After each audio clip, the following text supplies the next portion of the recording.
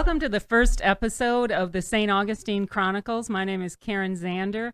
I've had this idea for a show like this for a while. I wanted to showcase the where in St. Augustine, the who, and the how did they get there. I want to focus on interesting stories, interesting people, give you background, learn things that aren't on travel brochures. I want this to be for locals and for visitors as well, to just give you more of the real story about St. Augustine. How do we all come to be? And who lives here? What are they doing? So my first guest today is one of the best storytellers I know. Oh, please. Thank you, Chris Way, for joining me on my first show. Okay, I'm glad to be here. Thank I'm you. not sure what I'm in for, but... Hang on. We'll figure it out. Okay. So Chris has lived here basically his whole life. And how many businesses have you founded? Like 10? No, I don't think it was 10. Really? Count them up? No, I maybe 5 or 6 restaurants and a hot sauce company, and then a boat lift company, a catering company. Yeah. So been an entrepreneur your whole life. Yeah, people think that entrepreneurs are all successful, but there's got to be entrepreneur hackers, and that's what I am.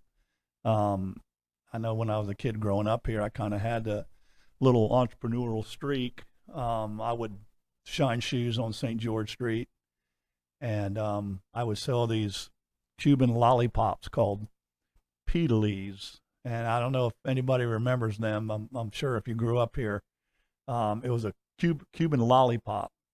It was hard as a rock. It was basically rock candy, but it was shaped like a Christmas tree. And the longer you sucked on it, the sharper and sharper it got. And then everybody at school was throwing them at each other. And no, I'm not kidding. So you were basically a weapons and arms dealer when you were a kid? They banned them. They banned them. You couldn't bring them to school. And, thanks to Chris Way. Yeah, and my brothers and sisters too. But I would sell them on basically a broomstick with holes in it, and they were all different colors, and they were 4 or 5 inches long.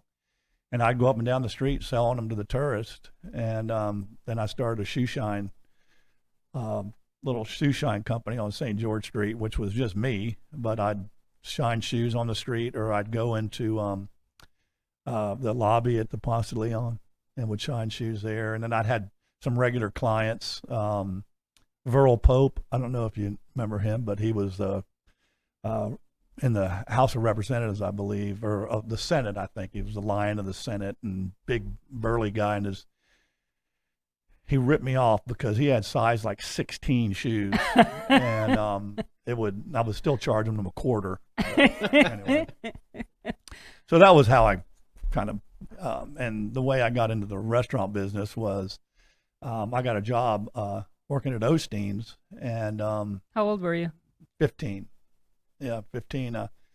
I drove by there on my bicycle, and I saw Mr. Osteen sitting at the counter. It was pouring down rain, and I went inside and asked him if he had any work. He goes, "Well, what can you do?" And I said, "Well, what do you got?" And he goes, "I might need a dishwasher." I said, "I'll do it."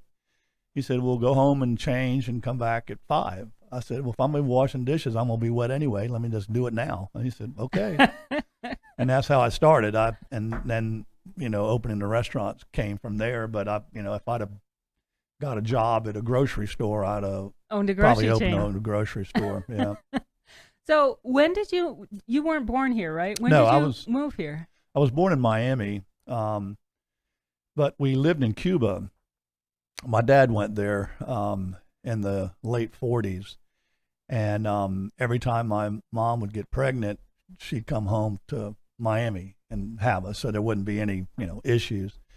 And then we'd go back to Havana. And how many times did that happen? How many kids did she have? I have 3 sisters. One's passed away, and 1 brother. So 5 kids total. No, my youngest one was never in Cuba. Okay. My younger sister, but my dad ran the Flamingo bar at the Tropicana.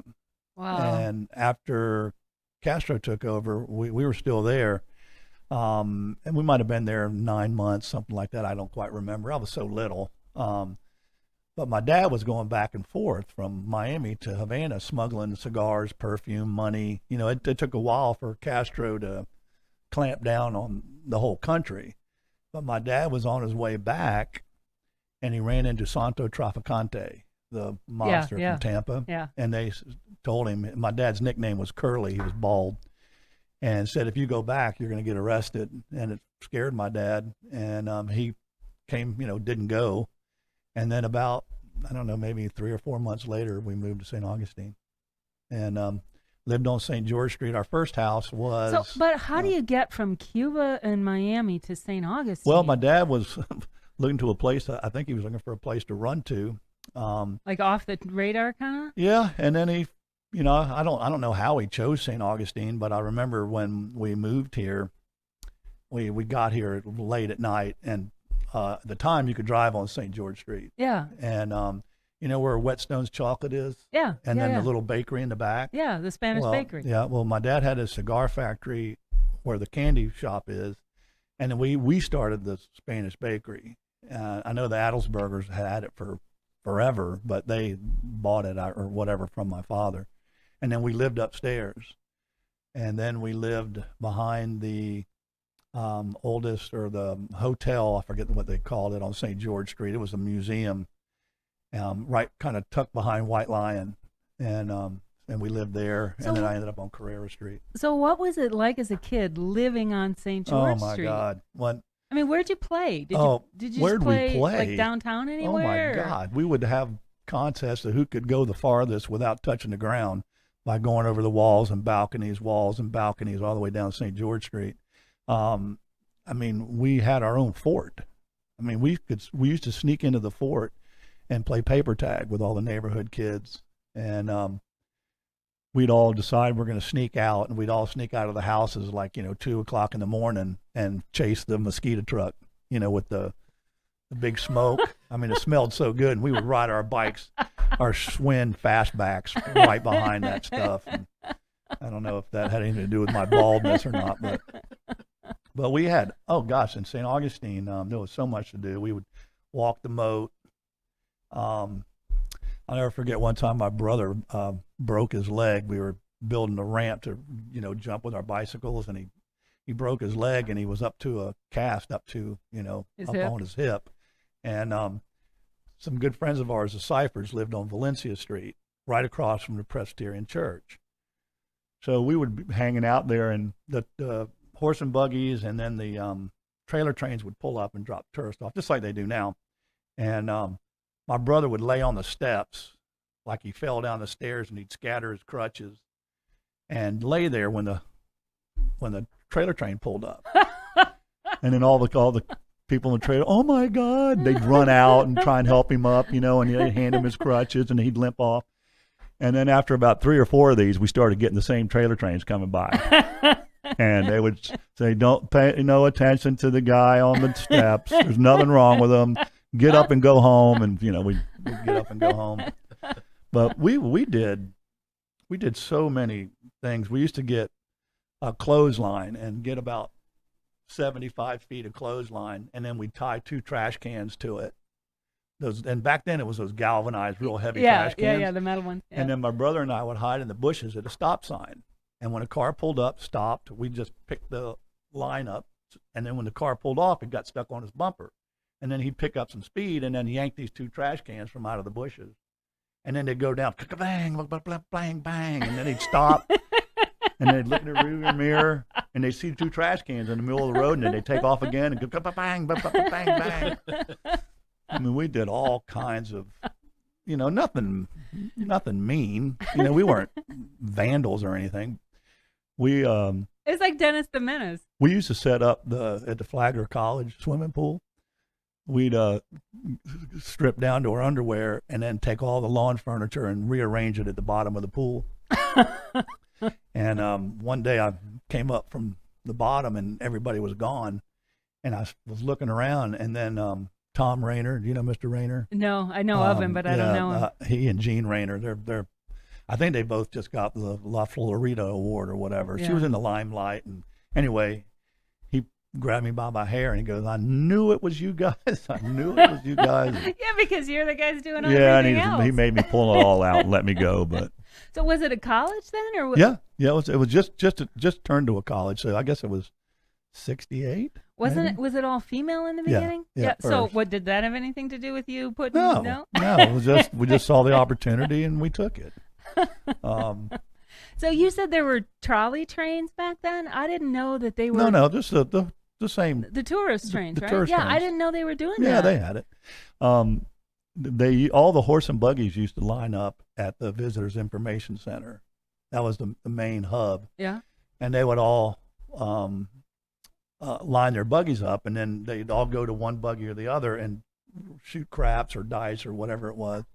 And we could go up there on our bicycles, and they'd have like 6 or 7 of them in a row, and then all the horse and buggy riders were like in the very back buggy, and we would just go up to that front horse and just go, and then they'd start walking, and the next one would walk, and then the guys had to go chase their buggies down.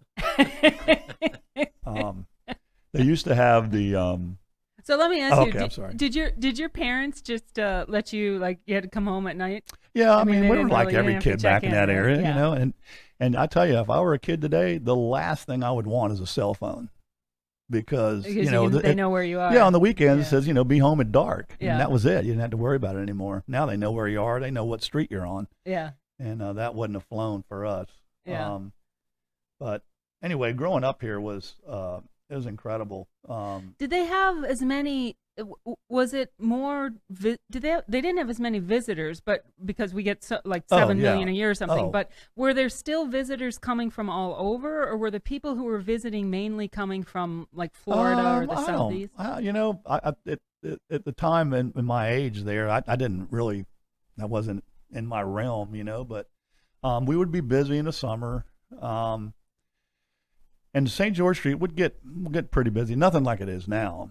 And before, at night, I mean, you could shoot a cannon down the street, and there was nothing there. I remember when Columbia opened, I think that was in 82 or 83, they struggled big time.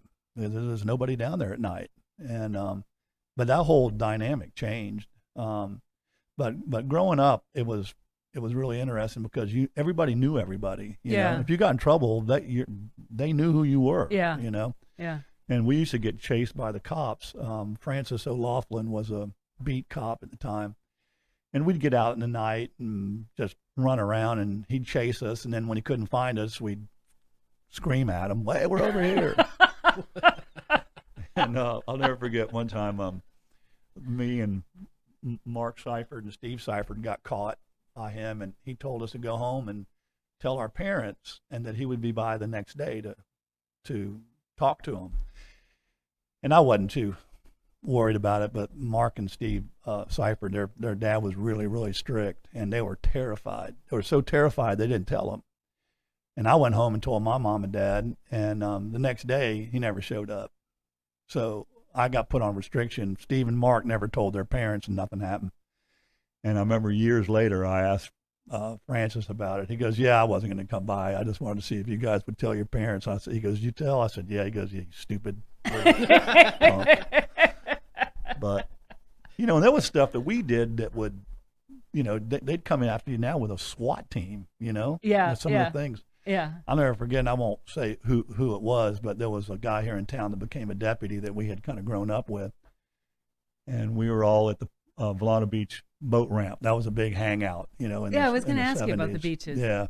And same thing with Porpoise Point. But he became a deputy, and he was on patrol, and he comes there, and I'm not going to mention who it was, but they go in the back of his car and take his shotgun. And then they say, "Hey, you know, so-and-so, look what I got," you know. And if that happened now, I mean, can you imagine?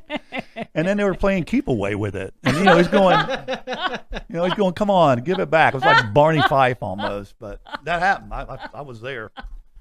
But Porpoise Point was a big hangout in the 70s when we were in high school. And, So people went to Volano more than they went to St. Augustine Beach? oh, no. We used to hitchhike to Volano to go surfing at high tide. And it was a risky deal because you could sit there for hours and not even see a car go by. And now they got that huge mess on May Street. But, we went to Volano to go surf at high tide. It's a beautiful place. I love Volano Beach. I lived there for a while. But I remember when we were always hitchhiking, and there'd be 2 or 3 of us with surfboards. I mean, who picks you up? Yeah. How's that work? Everybody hides in the bushes with the surfboards except one person. And when they pull over, the guys jump out, start shoving the boards in the windows and stuff. Yeah. We used to hitchhike everywhere. You don't see much hitchhiking now, but back then it was standard procedure. Really? Yeah. Yeah. I remember Bill Eichels. Do you know who he is? No. How is it I don't know any of these people? Well, he's passed away, but he was a legend here, surfer and stuff. And he had a dog that would hitchhike. His dog's name was Coriolis, and he would sit at the foot of the bridge. And if you knew him, you'd pick him up and take him to the pier, and he'd open the door, he'd jump out. And then if you saw him at the pier sitting there, you'd pick him and drop him off downtown. Yeah. So how'd you get back home? I mean, who'd get back home? When you hitchhiked to Volano, how'd you get back home? Well, we'd hitchhike or walk. There weren't that many people, yeah, right? there wasn't. But, usually, and this was Somebody only for a short period of time. I mean, when I was 16, I got a car. Yeah. But we would go to Volano, and we used to, when we all had pickup trucks with, balloon tires so we could drive in the sand, and we'd go to the ramp at Anastasia in the morning and carve it all up, drive and turn and then sit there and wait for tourists to get stuck and then pull them out for gas money. We did. People had their own spot, hey, get out of here. I got this spot, But no, growing up here was so much fun. And I remember when we moved here, my brother and I were like bummed, Yeah, because had you even heard of it? No. Right. And then we Coming from turn up in Miami, an alley, which was St. George Street. But then the next day we just started exploring, we saw the fort and all the stuff, the trouble and horses and running around. I mean, it was a completely different environment, but we took to it like ducks to water. And, it's kind of sad the way it's, I mean, this is my hometown. I love St. Augustine, but you haven't lived elsewhere since you moved here, right? No, but I sure miss the way it was. I remember we would come from school, going over to the island, and we'd get to the bridge, and there'd be like 5 cars, and we were like, what the hell is going on here? Is there a wreck on the top of the bridge, And then you'd go over the bridge like this. Mm-hmm. I mean, everybody knew everybody. Yeah. I grew up in a really small town in Wisconsin, a little farm town. It's still that way there. Yeah. And that's just, when the COVID thing started and the traffic got zero, I was like, now I remember this, in the 70s. It was fun. So how old were you when you started your first restaurant? You started at Osteen's at 15. 20. Was that 24, 25? I was 25. Yeah. Were you, weren't you weren't you doing like just catering almost? Yeah, or I was working catering out of my truck house. Or something? No, I was catering out of my house. And also I'd like put a little shout out to Ned. Ned and I have been friends for a very, very long time. And when he had Malaga Street Depot, he was only open for breakfast and lunch. And if I had a major party or something I had to do, I could use his kitchen at night. But the way I got started was I catered a party for Eddie Musalem, who was the mayor at the time. And it was for the blessing of the fleet. And the next morning, I'm cleaning the pots and pans at that car wash on the island. You use a car wash to clean the pots and pans because they were so big. But I lived right behind it on Flagler Boulevard. And Mr. Musalem came by and saw me there, so he pulled over. And he says, what are you doing? I said, well, I'm cleaning up from the party last night. And he said, well, you don't have a facility? I said, no. He goes, well, you need to get a restaurant. I said, yeah, I sure do. And he goes, well, you find one and you find a building and you come see me. I said, I already know a perfect place. He said, okay, well, come see me tomorrow. So I got in my car and started driving around looking for a place. And I wasn't going to let that go. Oh, man, I got the perfect spot.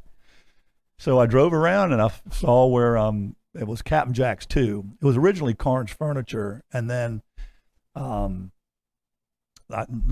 Captain Jack that owned the first one on the bayfront opened one up, and I think his son was running it.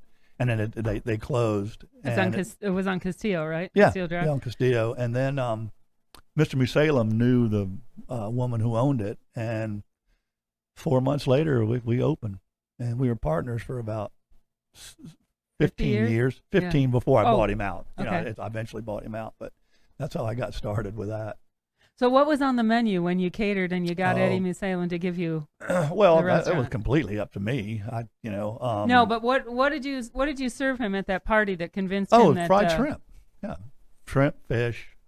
And I had some other people that, back then there really weren't that many restaurants. They were mostly independent. The only change we had was we had Sambo's and Denny's. And I might be missing a few, but there were no chain restaurants. We had Burger Chef. Anyway, there was Clamshell. There was Cowboys. Saltwater Cowboys? Yeah, Cowboys. I worked there for a couple of weeks, and the guy that owned it, Cowboy, was crazy. And he'd carry a 38 in his belt and shoot rats. And was it in the same location it is now? Yeah. Yeah. Well, that was there. So when I opened it, it was kind of like it was Osteen's on steroids. I mean, I served beer and wine, and had salads and different things that we didn't do at Osteen's. And I remember one of the things I was trying to get the chief was Mr. Osteen, who was like a father to me. I lived with them. They took me in, and I consider him my, just like a dad.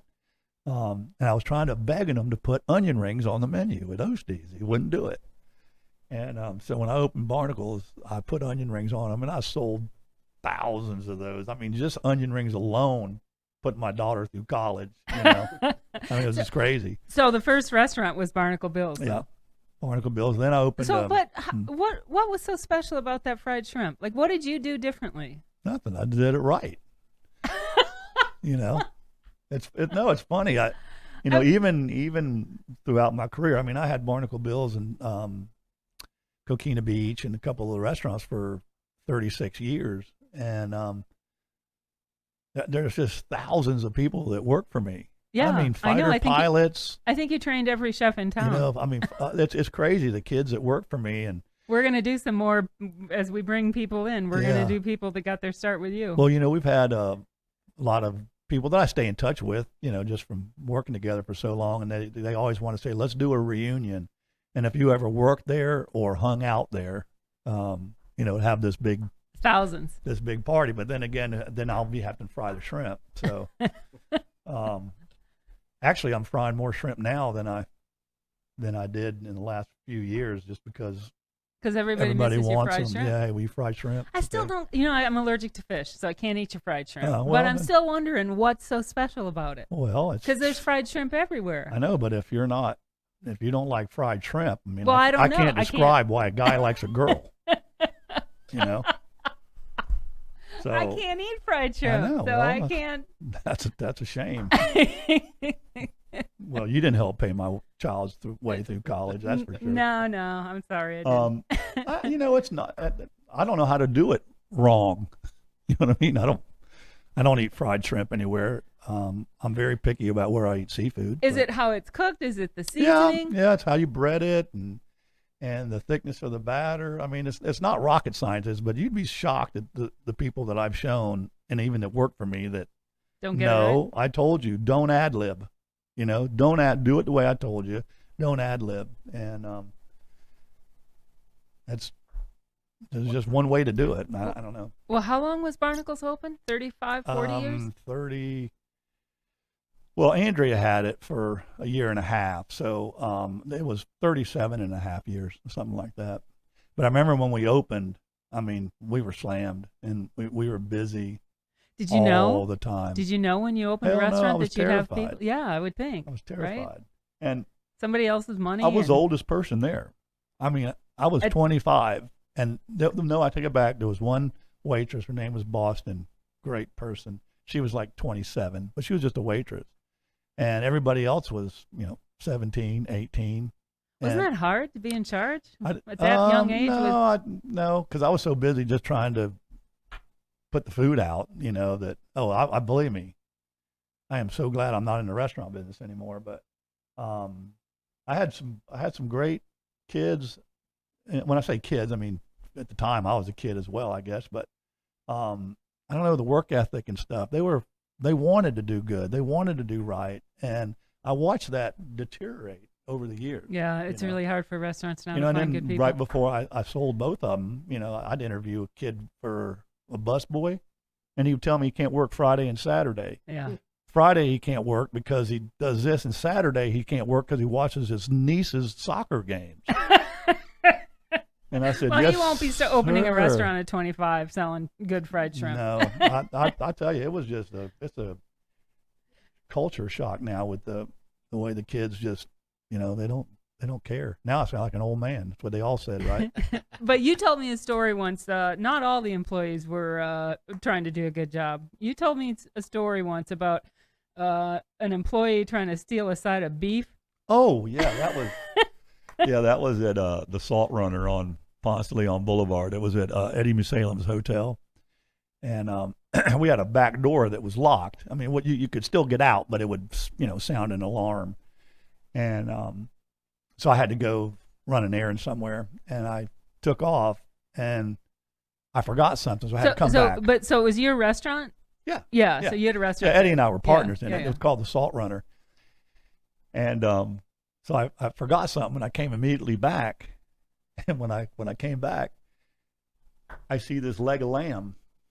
I think it was lamb. No, it was a prime rib, and it had been all wrapped up in twine. And he's lowering it out the window. And there's his girlfriend or wife or whatever was right there and was gonna catch it. Getting it. And I walked up to her and tapped her on her shoulder and said, "Hey, what's going on?"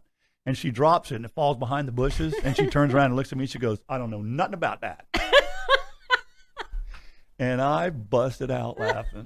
It was so funny. And then, of course, I fired him. But didn't you? I think you told me he checked in as he heard it and he said, "Hey, you got it," and you said, "Yeah, I got it." Oh no, I didn't. No, he was yelling to her. Yeah. Do you have it? Do you have it? What's going on? And because that's when I busted her. I had a dishwasher who was. Oh, let me say this is really funny because I would save applications that I got that were really good. When you list all these questions and they answer them. And I had a guy that was in the Army for 8 years, and he spelled it ARME. And he was in the Army for 8 years. And he was a raging alcoholic. And he would always bring one of those dark brown, thick cough syrup bottles, the old-fashioned. Yeah. And he'd have it filled with vodka or something, and he'd get hammered. And I'd catch him drinking empty beers, that are coming in from the dishwasher. So one day I came in and I went into his coat pocket and I took the liquor out and dumped it in the sink and I filled it up with vegetable oil.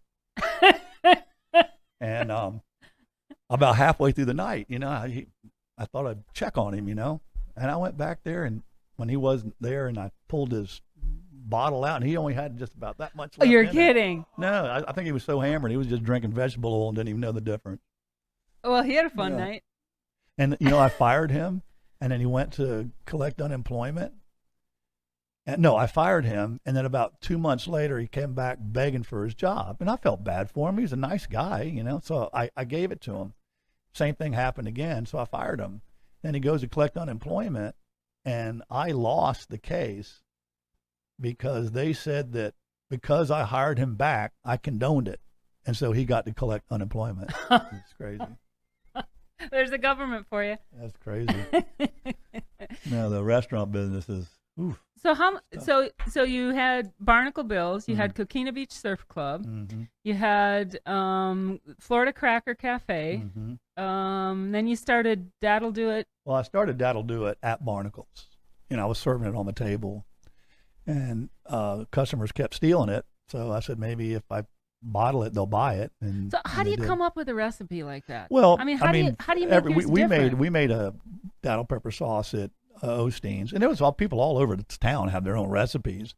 I think the only difference with me is that I was the first one to try and do something commercially. Yeah. Put a label on it and UPC code and try and get it in the stores. Yeah. And now there must be, I mean, there's Daddle did it, Daddle will do it, Daddle do, Daddle done it. Daddle sort of, it's funny. So what's so special about a daddle pepper? Well, mainly it's native, quote unquote, to St. Augustine. I mean, you go other places, people never heard of it. Yeah. But that pepper will grow anywhere that a pepper will grow. I think just the fact over the years that it was cultivated here, it kind of took on its own characteristics and stuff. But they're in the same habanero family. They're hot, and it's kind of cool. St. Augustine. Yeah, I mean, we got our own. Who's going to pepper. get all jazzed up about a pepper from Cleveland? You know what I mean? So you get the nation's really oldest city, and what's funny though is that everybody was, said the Menorcans brought it here and blah blah blah, and I mean none of that was true. It just I think it probably came up probably from the Caribbean somewhere, Cuba or somewhere, and then the seeds came here. Well, the Menorcans may have brought it, but I wonder if you remember it when you were in Cuba. Did they have it there, or were you too little? No, I was remember. 4. Well, I don't know when you started eating daddle pepper sauce. No, but I will tell you some things we did with the daddle pepper growing up. We all had paper routes, me and Ken Weeks and ciphers and stuff, and we would take daddle peppers and grind them up and put them in a mayonnaise jar and then pour vinegar on it and just let it sit for a couple of weeks. And then we'd strain it and put it in a squirt gun. And when you were delivering your papers, if a dog came after you, a couple of squirts from that, next time you come by and he sees you, he's up on his front porch. So you made pepper spray, basically. Yeah.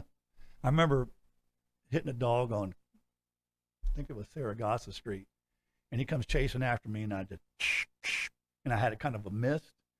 That dog, the next time I drove by there, he sees me, goes up on the porch and just sits there.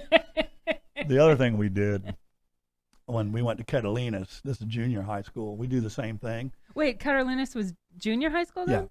Yeah. I went to Orange Street for elementary. Yeah. And then to Catalinas. And at Catalinas, we had to go to Orange Street for lunch. They hadn't built the new segment yet. But we would take that same daddle pepper spray, and we'd spray it on everybody's bicycle seat and handlebars. And then it would dry, so you wouldn't see it. But then when you get on your bike and your hands start sweating, you release it, and people, complain about it. Did you do that to girls too, or just boys? We were any bike. We didn't look for the bar. Any bike that was there, we'd spray it. God, we did so many bad things, but. And Daddle Do It got pretty big, right? You were in Walmart. Yeah, we had it in the grocery stores, kind of regionally. But what really took off for Daddle Do It, we created a gift set of 4 or 5 different daddle pepper products, Ruth Ann and I. And do you remember they had the 50 for 50 tour? Not the Home Shopping Network. What was the other one? I thought it begins with an S. Anyway, it was one of the shopping networks. Yeah. And then they had a tour. They would go to different states and look for the best products from that state. Right. So I went to, it was like a trade show, and then they'd come by and look at your stuff. Yeah. And so I got selected to go on the show, and I had like, I don't know, a minute to talk about the gift set, the daddle pepper and everything. And so we had 5,000 gift sets, and they sold all of them, before I even got off the air. So, Ruth Ann and I said, well, look at what just happened. We don't need to get kicked in the teeth. This is a good idea. So that's how we created the first gift sets, and we got it in Kmart, Walmart, Target. How do you do that? How does that happen? Well, with the gift sets, you can make an appointment. But with who? Well, with Walmart how does it work? You can show them and see we were just in Walmart and stuff during the holidays. Yeah, but Chris, how do you sit in St. Augustine and go, I'm going to call Walmart and get an appointment? You know what? I don't remember how we did it. But our first one was Kmart. That's the first one that took it. And we made some gift sets for Christmas there. But I'll tell you, if you want some interesting things. Is I mean, dealing with Walmart, Target, and Kmart and stuff is a nightmare. Yeah, they make all the money and they hold back. The minute they owe you money, they have people on the payroll figuring out a way not to pay you. Yeah, and they make you take your product back. Right? Oh, they got all if kinds of. They got all kinds of stuff. I'll give you an example. Target was just notorious for this, but you know what? Maybe I should not get into it. Yeah, we don't want to get sued by Target, Walmart. No, I'm just telling you. No. You know what they would do to me, and I'm just a little tiny fish nibbling around the edges at Christmas. You know. I remember talking to a guy at Walmart, and he was working for Everready or one of the battery companies, and he comes out, all disheveled. And I said, "Well, how'd you do?" He goes, "I have no idea. I don't know if I'm going to make money or not." But I mean, that's how they keep their prices down. I mean, if you go to Walmart's corporate office to talk to a buyer, you're sitting at a cafeteria banquet table, with notepad, and he might have a computer, but I mean there's no nice offices or anything. It's crazy. But I mean, it was interesting doing it all, and we sold a pile of gift sets, but each year we would have to come up with new stuff, and a lot of times they would tell you what they wanted, and then I got really jaded on it because we were doing just horrible stuff. You had to have a price point. Yeah, so you weren't working for yourself anymore. Well, it wasn't so much that, but what I was doing, I mean, we would have to come up, we would just have to come up with 30 or 40 gift sets and mock them up and then show them, and then go, okay, we'll take this one and that one. We don't want any of those. But I mean, then all of a sudden, we're doing oatmeal kits. And the box is this big, and it's got like 6 little packets of oatmeal and 4 plastic bowls and 2 spoons, and hard to get inspired, and 3 napkins. Yeah. And it had to sell for $9. So then I was forced to go to China to get all this stuff, and I mean, it just got to be where I said, I just don't want to do that. It kind of reminded me of when Stephen Jobs hired I can't think of the guy, but he was the CEO of Pepsi. And he was trying to get him to come on board with Apple, and he wouldn't do it. And Stephen Jobs called him up and asked him, says, "You're going to spend your whole life selling sugar water? Is that what you want to do for the rest of your life?" And so he took the job, and he came on to Apple, and I can't remember his name for some reason, but I just got where I hate this Ruth Ann. Yeah. What are we coming up with next? So we'd have tea set and I don't know, suppository kits. And, I mean, it was just terrible. So you did That'll Do It. Then you also founded Culinary Outfitters, which was back then the catering division of what you were doing, right? Yeah, and that's how I told you about being an entrepreneur hacker, and that it was one of the dumbest things I've ever done. I finally got to where I didn't have to work on the weekend. I worked 18, 20 years, 6 days a week at a restaurant. Started having weekends off, and I say, "Hey, I got a great idea. I'll start a catering company where I work every weekend, Friday, Saturday, Sunday." Yeah. But Mary Pritchard, who ended up with Culinary Outfitters when I decided I don't want to do this anymore, and I sold it to Mary. And then Mary done a stupendous job with it, and now her son just opened up Culinary Outfitters. Yeah, I'm going to get him on too. At the shipyard. Yeah, it's beautiful. But what a tough time to be in the restaurant business. I know it. I just that's just tough. I feel so bad for a lot of the restaurants. They're doing everything they can, but there's no substitute. If you got 150 seats, you got to fill them up. You can't survive at 50% of that. No, 5% profit margins. You can't. No. Well, I'm hoping that we get some of them in here and give them a little bit more exposure. Yeah. So all those restaurants, and then you segued into boat lift. Yes. How does one do that? How do you go from all those restaurants to I'm going to build a better boat lift? Well, I'll preface this by having to promise my wife Pam that I would never start anything ever again, and my motto after that was I never wanted to start a company that required a dumpster. If you had to have a dumpster involved in the business, I didn't want any part of it. I want to be able to just turn the AC down. This was before the boat lift company? No, in the middle. But my brother came up with the idea, and my plan was to pull together the business plan, get some investors on board, to do what we had to do to get it started. And then I was going to step away and just be an investor, and it didn't work out that way. And of course, we started it in 2007. And didn't you said you were on one of the home shopping networks. Weren't you one of the contestants that could have gone on the first Shark Tank show? Yeah, I was going to be on the first Shark Tank show, and with the boat lift company. Yeah, with the boat lift company, and they asked me to, they want me on the show, and then I had to send. They said, have somebody interview you and ask you these questions, and videotape it, and then send it to us unedited. Okay, so I did. Then a couple of weeks later, they called me back and said, now do this again and send it to me unedited. Okay, so I did. And then they said, okay, we want you to be on the show. I said, great. Then I get the paperwork. And I had all the usual stuff. You can't talk about the show, and you can't say anything bad. And then I started getting to the nitty gritty, and some of the obligations were that there was no guarantee that I was actually going to make it on TV. Okay, because I'm never going to go out there, shoot the segment, decide whether it was worthy So that you may not actually get on the show. And then the one thing that really got me was that the owner of the show, I think his name's Burnett. Yeah, Mark Burnett. Yeah. Says that he, if you sign the documents, that he gets 10% of your gross, whether you get funding or ever make it on the show. Do you think that's still in there? No, I'll get to that.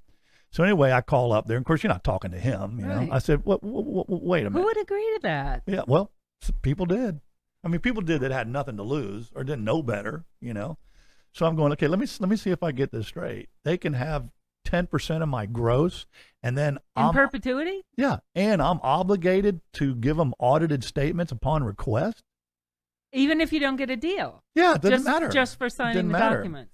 So I said, I said, I can't do this. He goes, well, it doesn't mean he's going to take the 10%. I said, why wouldn't he? I would. I'd do that in a minute. And, one of the things that I don't know don't actually believe what's in there. Yeah, don't worry, but he won't do that. So That's anyway, just a minor thing. One of the weird things was that, or that I thought was, I said, okay, maybe I, try and think it through. And what they want to do is this guy Burnett could get the people who are the sharks to say, look, I got a deal for you. Come on my show. If you see something you like, go ahead. But if not, I'm going to get 10% of every company that comes on here, and you can have 5%. I mean, I don't know if that was the case or not. Right. But I said, no way. I just said, I'm not, I'll pass. And then I think when Mark Cuban went on the show, they asked him to be a shark, and he saw that in the paperwork.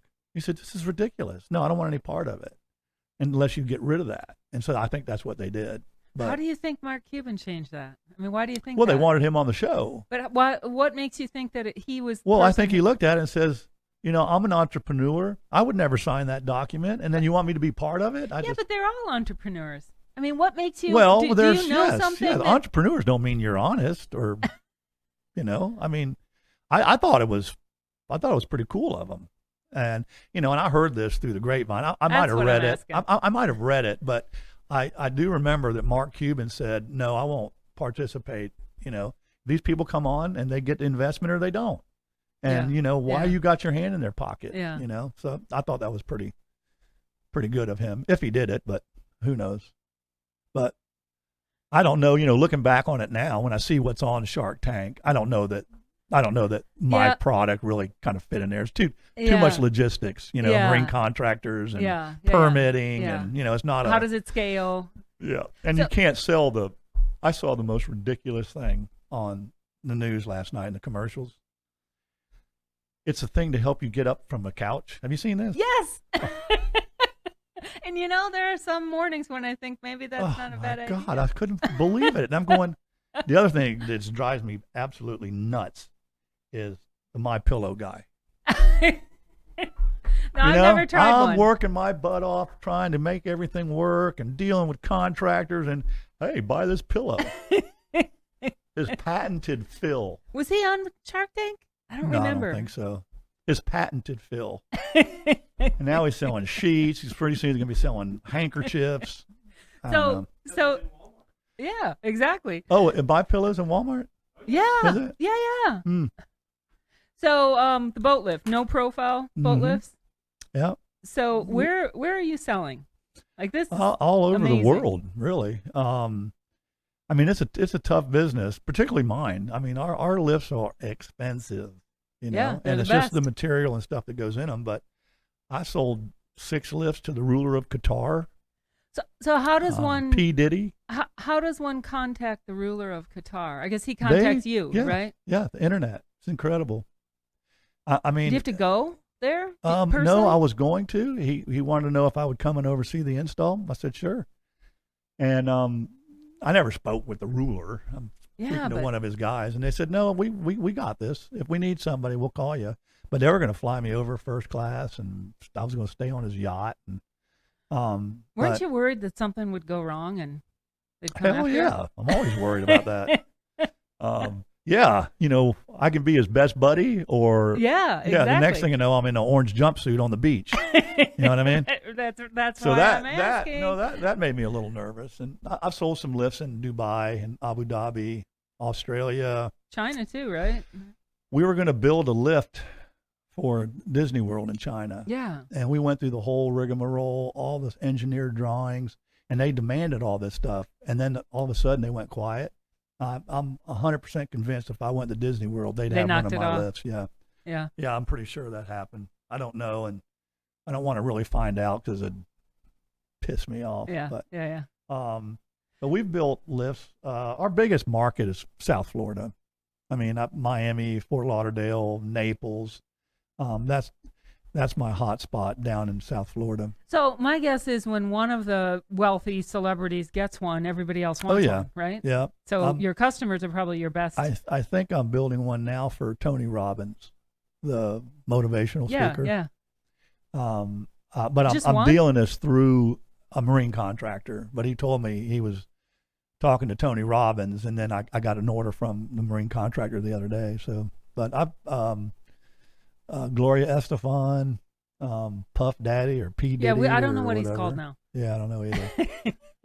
I was at his house, and it faces downtown Miami on Star Island, and he had this smoke curtain installed in his seawall because he would have parties and people would just pull up in their boat and they anchor could up see and, everybody. they could just. Yeah. So he had this air curtain, and then in the middle of the 2 air curtains he'd blow dry ice, colored dry ice or whatever, so it'd make like a blue or red screen where they Opaque, couldn't see through.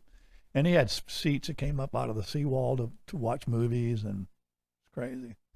And should he have been doesn't a live there rapper. full. He doesn't. He doesn't live there full I don't know time. if he's ever been there. I assume he has. But I put some lifts in for How many some- lifts did he buy? Just one. Just How big? One. I don't know, maybe a 20,000 pound. It is funny. I've had, once one of my lifts get in somewhere, Yeah, and then the people see yeah, them. yeah. And I mean, they're expensive, but to the people that can afford them, they Right. got a $2 million boat. Right. What's 50 grand or something? But it's been interesting.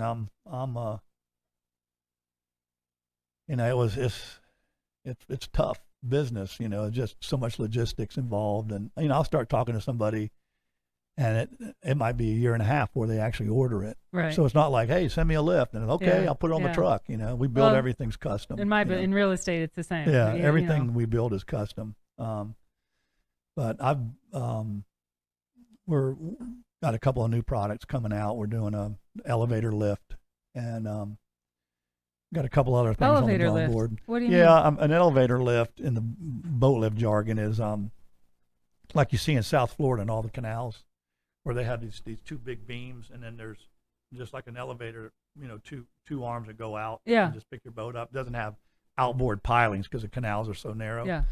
And we've never built a big elevator lift, but we're building our first one for a client in Fort Lauderdale.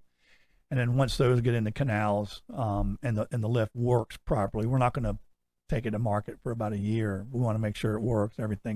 All the bugs are worked out of it. Right. And then I think that'll be another nice product for us in South Florida anyway, the elevators. But So this business that you promised your wife you wouldn't start, any business, any business. what's the next one? There is none. I'm I don't believe it. no. Well, maybe. I found this exquisite foam that I think would go really nice in a pillow. And you know what drives me crazy that really is because of the internet, which is I'm telling you, without the internet, I don't know where I would be as far as a boat lift company. Oh, all of us. But the stuff that they sell now, you want a toothbrush every month? Well, sign up. You know, I'm serious. And they got the girl stuff too now. They send you a whole little kit. I know. It's Pampers brilliant. Why didn't we think of that? And toothpaste. I'm from Redland Cotton. So give me a break. Anyway, that stuff just drives me crazy. I'm just trying to figure out what's the next thing so I can do it. So, Chris, you got these two little granddaughters that I know you just love. Oh, yeah. So what are you trying to teach them about St. Augustine? Like, what do you think is the most important thing that they grow up knowing about St. Augustine? The first thing I told them when they started going to kindergarten or daycare, I always told them, now remember, don't take any crap from your teachers. That's good advice. And I came in there one day to pick them up, and this lady goes, are you the chief? I said, yeah. She goes, did you tell Bennett not to take any crap from me? I said, I don't know where she got that. No, but they've just changed Pam and I's life. I've got a 4-year-old named Bennett and a 2.5-year-old named Scout. And they are so cute. We just adore them. And they live, literally around the corner. So, and then I got the FaceTime, Yeah. And my daughter, yeah. I know what she does. She says, hey, don't you guys want to go to the Chiefs? And goes, yeah, we want to go to the Chiefs and live. So she puts us on FaceTime, and then Benny and Scout are going, Chief, come get us. Come get us. And I said, oh, Ashley, you little.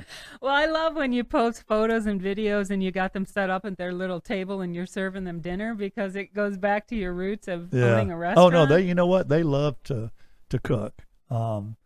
Whenever I'm making something, I get them involved. And now that's great, Chris. They make their own slime, and it's just flour. They'll come in and they'll go, Chief, do you have flour? Yes.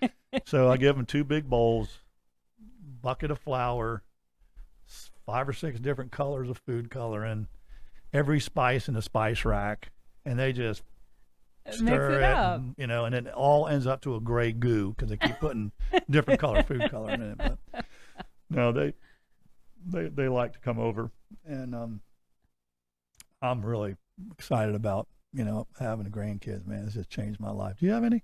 No, not yet. Neither of our daughters are married yet. If the oldest is 24. If they moved to St. Augustine South, it would be devastating for me. Too far. It's too far, and I have friends. Well, you have such a great location too. I mean, your 4th of July parties. Oh, they love it there. Best. I have a crab trap.